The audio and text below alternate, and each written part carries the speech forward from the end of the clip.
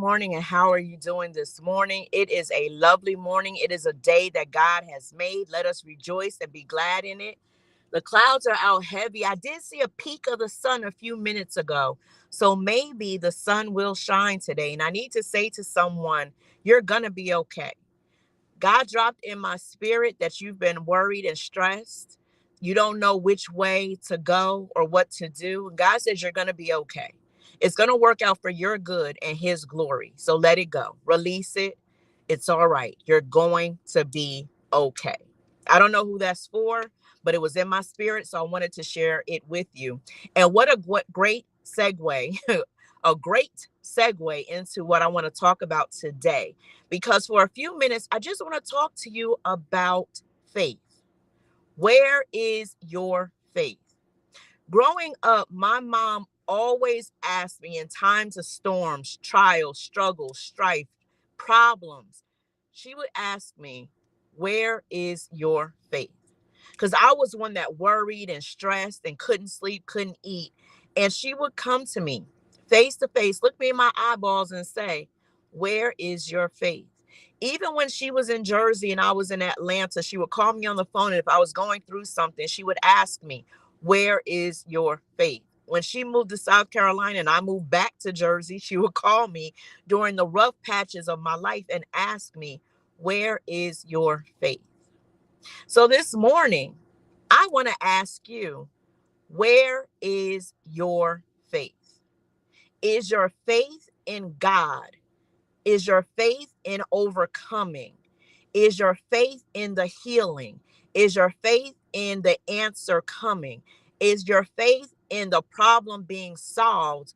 Or is your faith in doubt, worry, concern, overwhelming feelings of loss, or you're not going to make it, or it's a detriment, it's death, the doctor's report is what's going to happen? Where is your faith?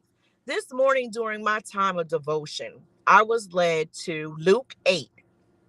In Luke 8, it talks about the disciples being on the boat. You remember that story where the storm came to and fro, winds were blowing, water was coming, and the disciples were afraid. During all of these problems and issues and struggles and storm, Jesus was down below sleeping. You remember that, right? In all the stories, because it's in Matthew also, it talks about Jesus quieting the storm. You remember, peace be still. Well, I want to say to you this. In Luke 8, there's a curious question that's asked, and it stuck with me this morning. Where is your faith? He asked them that. And they looked at him because he had quieted the storm. And they said, what manner is this that he could just tell the storm to stop and it stops? And I want to say to you, ask you, where is your faith?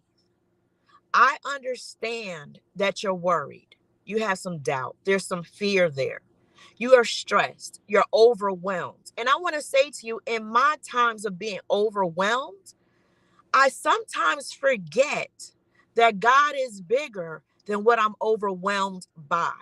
Sometimes I don't remember that God is bigger than my issue. Sometimes I don't think about God having the answer for me, that God promised me something.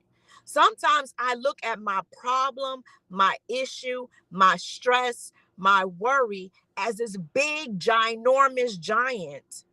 But I forget that even for as big as it is, there's somebody bigger, someone who has an answer, someone who promised me that I would overcome.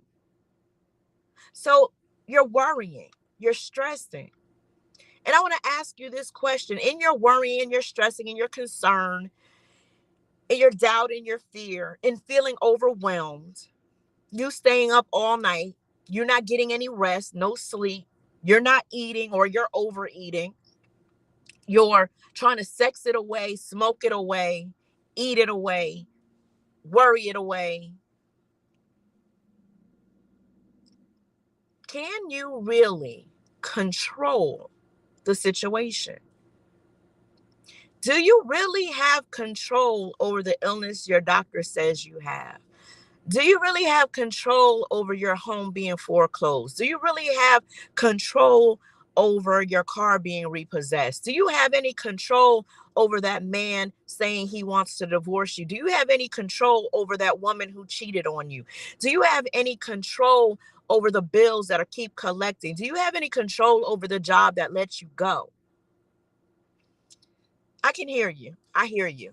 You're saying, well, yeah, I can control my illness because if I had exercised and ate right, yeah, I can control the foreclosure because had I paid my mortgage, it wouldn't have happened. Yeah, I can control the eviction because if I paid my rent, I wouldn't be evicted. Yeah, I can control the repossession because had I paid my car note, yeah, I can control the person cheating on me because maybe if I had spent more time. But here's what I want to say to you. There are some things, for whatever reason, are out of our control. Yeah, you could have paid your rent, but did you have the money? Yeah, you could have been a better worker and been on time and did your work while at work. However, if the workload lessened, if cutbacks happened, if a corporation was sold to a smaller company, see, there's some things that are going to happen in your life that, yes, you are an active participant in, like you choosing to get that Birkin bag instead of paying your rent. Yep, you caused that situation to happen. Yes. But there's some situations where you're let go for whatever reason and it's not your fault and you didn't have control over that. There's some illnesses, no matter how much you exercise, no matter how much you eat right, no matter how much water you drink, no matter what you do, unfortunately, they're going to become a problem in your life.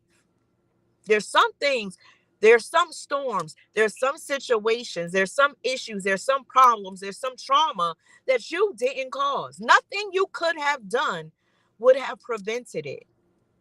But where you do have control is how you handle the situation you're in.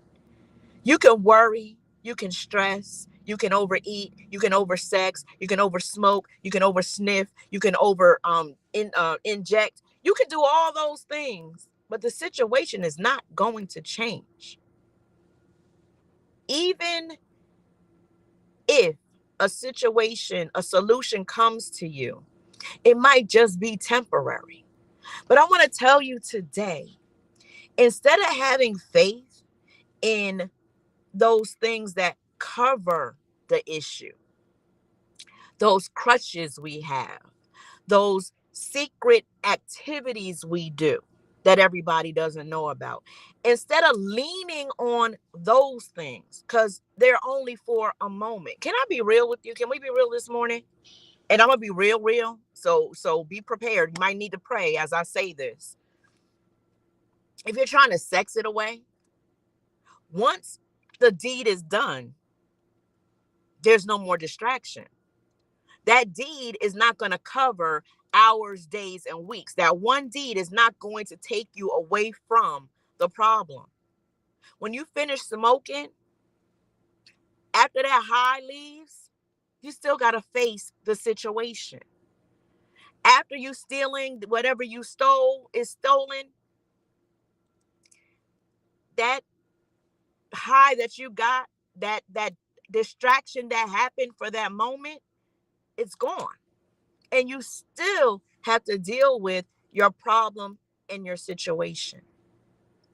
So instead of having faith in temporary things, instead of leaning towards those habits, instead of relying on those distractions, how about have faith in the one who is the problem solver?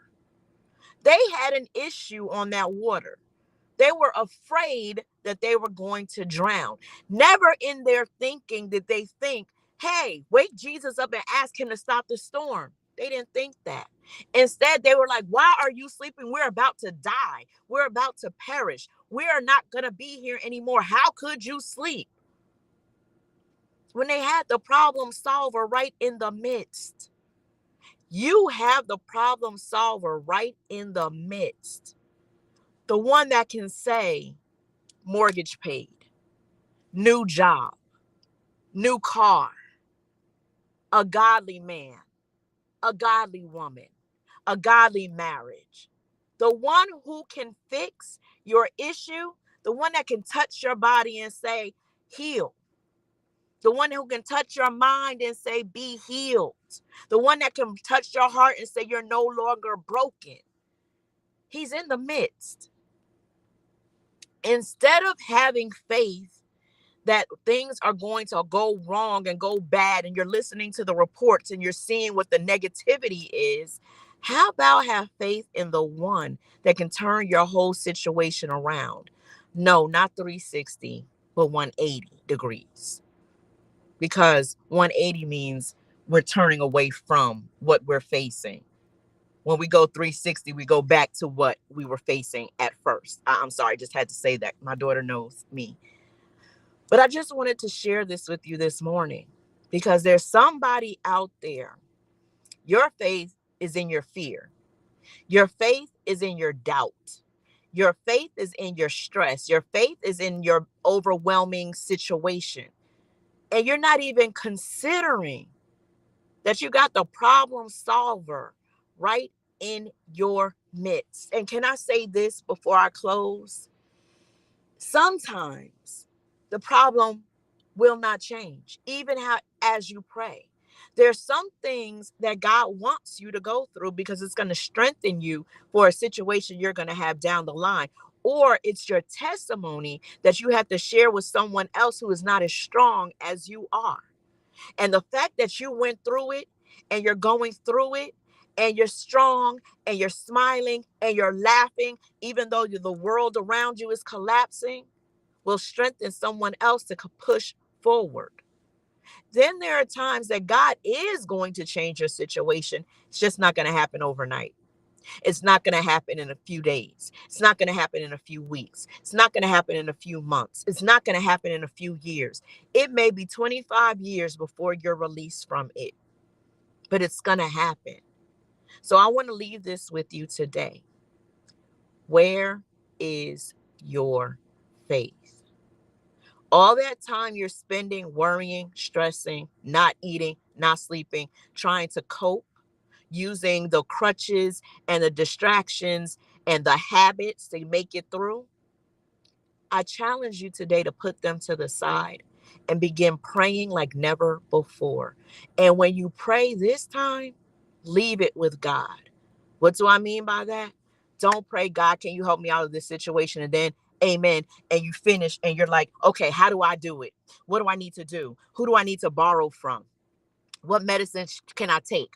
How do I know? That's taking it right back from him because you're trying to figure it out. And it's so hard. Can I confess that is one of the hardest things that I have to do in life? Faith is my challenge. And that's why I'm challenging you today. Because as I challenge you, I'm challenging myself. As I go through things to leave it with God and stop taking it from his hand. Because I can't fix it anyway. I know somebody who can. So since he's the expert and I'm not, it's just like when you go get your car fixed. If you don't know anything about fixing your car, why would you try to fix it? You wouldn't. You would pay somebody who has gone to school or who has the training that knows how to fix it. And you would trust that if they say they know how to fix it, that they will fix it. Do the same with God. He's been schooled in everything we've been through.